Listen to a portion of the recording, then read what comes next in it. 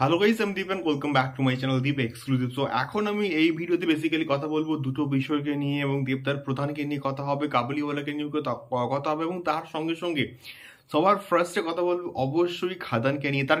তার কারণটা হচ্ছে আমি খাদানের যে অফিসিয়াল পোস্টার বলি বা অফিসিয়াল মোশন পোস্টার বলি, সেখানকার যে হ্যাংওভার, সেখান থেকে আমি জাস্ট এখনো বেরোতে পারছি না। মানে আমার সেই লেভেলে লেগেছে, এবং আমি এতটাই আনন্দ পেয়েছি, এতটাই আমার ভাল লেগেছে, আমি জাস্ট মানে মানে একটা ইমোশনাল হয়ে পড়েছি যে আমরা যে দেবদাকে দেখে বড় হয়েছি, সেই দেবদা সেই অবতারে আবার একবার কামব্যাক করছে দীর্ঘ কয়েক বছর পরে। এবং তার লাস্ট ছবি কিডন্যাপিং কিন্তু পুরো ফুল মাস কমার্শিয়াল প্রজেক্ট ছিল, এবং তারপরে কিন্তু দেবদা এই পুরো মাস কমার্শিয়াল যে অবতার, সেই অবতারটা কিন্তু কামব্যাক করছে। এটা দেখে আমার সব থেকে এখন আমি প্রচন্ড খুশি।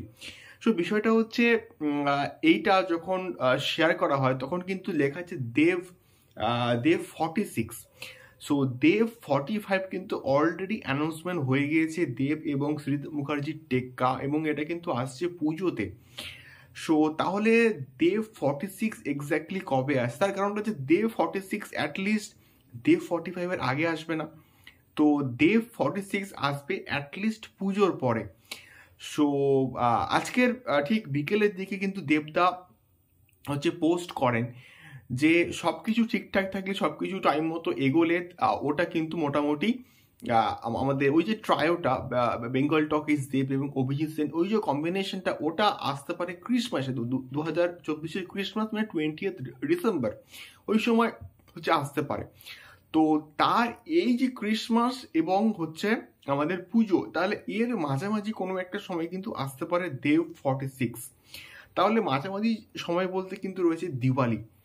সো দেখা যাক এক্স্যাক্টলি এটা দিওয়ালিতে আসে কিনা, বা এক্স্যাক্টলি রিলিজ ডেট সম্বন্ধে দেবদা কি প্ল্যান করে থাকে। নিশ্চয়ই সবকিছু প্ল্যানিং করেই দেব 46 দেবদা অ্যানাউন্সমেন্ট করেছে, এবং প্রিভিয়াসলি ওই যে ট্রায়ার যে কম্বিনেশন, ওটা কেউ নিশ্চয়ই দেবদাসে মানে প্ল্যান করি ক্রিসমাসে অ্যানাউন্সমেন্ট করেছে। তো আমার যা মন বলছে এটা কিন্তু আসতে পারে দিওয়ালিতে। এবার দেখা যাক এক্স্যাক্টলি কবে আসে। এটাই ছিল মেনলি মানে প্রথম বক্তব্য। দ্বিতীয়ত আমি কথা বলবো প্রধানকে নিয়ে এবং কাবুলিওয়ালাকে নিয়ে। প্রধান এবং কাবুলিওয়ালা আজকের মানে বছরের প্রথম দিনে একটা চরম লেভেলে কিন্তু রেসপন্স পেয়েছে। মানে প্রধান আজকেও কিন্তু জাস্ট এই কিছুক্ষণ আগে পোস্ট করা হলো, আছে অল শোজ আর হাউসফুল টুডে, মানে হাউসফুল নিউ ইয়ার। মানে প্রধানের ওয়েস্ট বেঙ্গলের সমস্ত শো প্রায় হাউসফুল গেছে, প্রায় নয় পুরোপুরি হাউসফুল গেছে, এবং সিঙ্গেল স্ক্রিন থেকে মাল্টিপ্লেক্সেন সব জায়গায় কিন্তু ব্যাপক রেসপন্স প্রধানে। এবং এটা কিন্তু দেবদা প্রোডাকশনসের অফিসিয়াল যে ফেসবুক পেজ, সেখান থেকে কিন্তু মোটামুটি পোস্ট করা হয়েছে। এবারে দ্বিতীয়ত প্যান ইন্ডিয়াতে রেসপন্স কেমন? প্যান ইন্ডিয়াতে 31 ডিসেম্বর যা রেসপন্স ছিল, সেই রকমই সেম রেসপন্স আমরা কিন্তু দেখতে পেয়েছি। যেমন আমাদের বেঙ্গালুরুতে সিনেপলিস নেক্সাস, শান্তিনিকেতন মল এবং PVR Phoenix, PVR Vega city, এই তিনটি জায়গায় কিন্তু হাউসফুল গেছে। জামশেদপুরে পিজেপি সিনেপলিস মল, সেখানে কিন্তু হাউসফুল গেছে। তারপরে হায়দ্রাবাদে কিন্তু পিভিআর নেক্সাস মল, সেখানে কিন্তু হাউসফুল গেছে হচ্ছে আমাদের প্রধান।